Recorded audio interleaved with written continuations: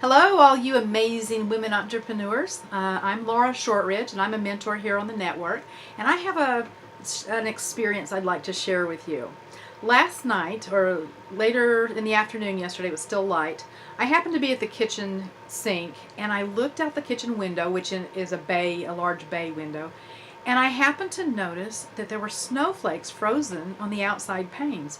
And I stopped what I was doing and I looked closely at them, and just the beautiful designs and the intricate patterns. It was beautiful. It reminded me of like a lace panel that had frozen, on the outside pane.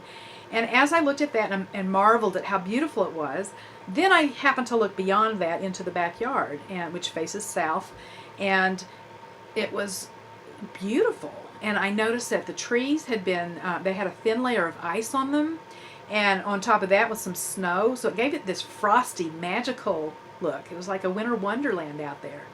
And then I realized, okay, I live in Western New York. It's been really cold for the past month, and I have looked out this window every single day for at least the past month and never noticed how beautiful it was out there. Except for I do have to say I have noticed, like I said, it faces south, so we don't get direct sunrises or sunsets. But I did notice several times in the past month how the reflection from the sunsets were reflecting on the clouds in the south window, and they were beautiful pink and purple, and it was just majestic looking. I did see those, but I had never noticed the winter wonderland because I was so focused on how cold it was. Every time I looked out on that window, all I could think of was, oh, it is so cold outside. And being a displaced Texan, cold is not my high priority. But anyway, in looking at that, it made me realize, okay, what else am I missing? Because I'm focused on doing something that needs to be done, or I'm focused on something negative, or I'm focused on a problem, that I miss something beautiful or something positive. And we can apply this to our businesses as well. For example, I can think of several clients throughout the years who were really difficult people. And one lady in particular, she was just a snot. She was just very difficult to deal with. And it seemed like she wanted what I had to offer, and I tried my best to deliver what she wanted, but it was like she was just not fun to be with. She picked at everything, and nothing was ever good enough for her. And so I remember, I was really frustrated with this person, and I remember wanting to change that. And so I said, okay, I'm going to find something good about her. And she wasn't open to her family or anything like that, so I couldn't really look at beyond what I saw in front of me. And so it became something as simple as, she's got really nice teeth. She must have had braces. She has perfect teeth. They're just beautiful. And so when she would talk to me, I would notice her teeth, and I would put that positive thing. And you know what? After a while, she didn't bug me so much, and we actually became friends because of that one little tweak of looking for something good about her, even if it seems a trite thing. Find something good in a difficult client, and go from there. Another example is, let's say you have a big account with a firm for 2 years or 3 years or whatever, and it's wonderful. You get a lot of money, you're learning things, and you lose the account. Well, of course, the first thing you think is, oh my gosh, I lost the account, and you look at all the negative things.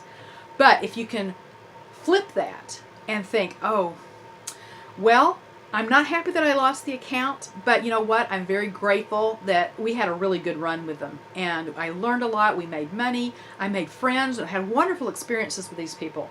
And if you flip it that way, then it won't be so devastating that you lost the account. And you can look forward to, okay, I'm going to have an even better firm come into my life and need a better account that I'm going to learn and grow from as well. And a third example is like, I'm thinking of if I had a meeting that really just did not go well, or I went to a conference that just felt like a total waste of time. Well, yes, you could go home and say, well, okay, that meeting was a waste of time, or that conference was a waste of time. But again, you can reframe it in your mind and think, okay, what did I learn from that meeting, or what did I learn at that conference? You can think, well, okay, I met so-and-so, I made a contact at that conference, or even if it's something as simple as, well, I learned how not to do a meeting, or I learned that I don't want to go to that conference again, because then you're learning something and it's not a failure. And by the way, as a side note, in my world, there's only two ways to fail. One of them is if you quit. If you can continue forward and you're making progress, or even if it's just minuscule, and there is success around the corner and you just give up and quit, that's a failure. The other way to fail is if you have what appears to be a failure and you don't learn from it, then it's a failure. But usually you can find something that you learned, and therefore it's looking for something beautiful, something you learned, something positive, and then it becomes a success rather than a failure. It becomes feedback rather than failure.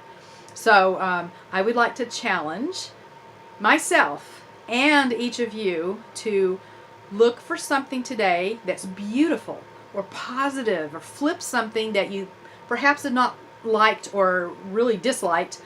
Flip it to find something good about it. And try to do that today and share it in the comments below. I'd love to hear your examples, and I'll give mine. After yesterday looking out the kitchen window, having that beautiful experience, I looked this morning out that same window with the attitude of, oh, I'm gonna look at the beauty.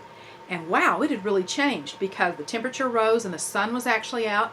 All those snowflakes on the window had melted, and all the ice on the trees had melted. So it didn't have that frosty winter wonderland look anymore. And I'm very grateful that I got to see that yesterday. However, with the sun shining today, the snow was just glistening. It looked like diamonds laid out on the snow. It was beautiful. So I'm very grateful for the beauty all around me, and I'm going to look for it, and I'm going to acknowledge it, and that's my choice, and I hope it's yours too. Again, this is Laura Shortridge. I'd love to see your comments today about what you have found today that's beautiful or that's positive, and I'd love to see it. Have a wonderful day. Thanks.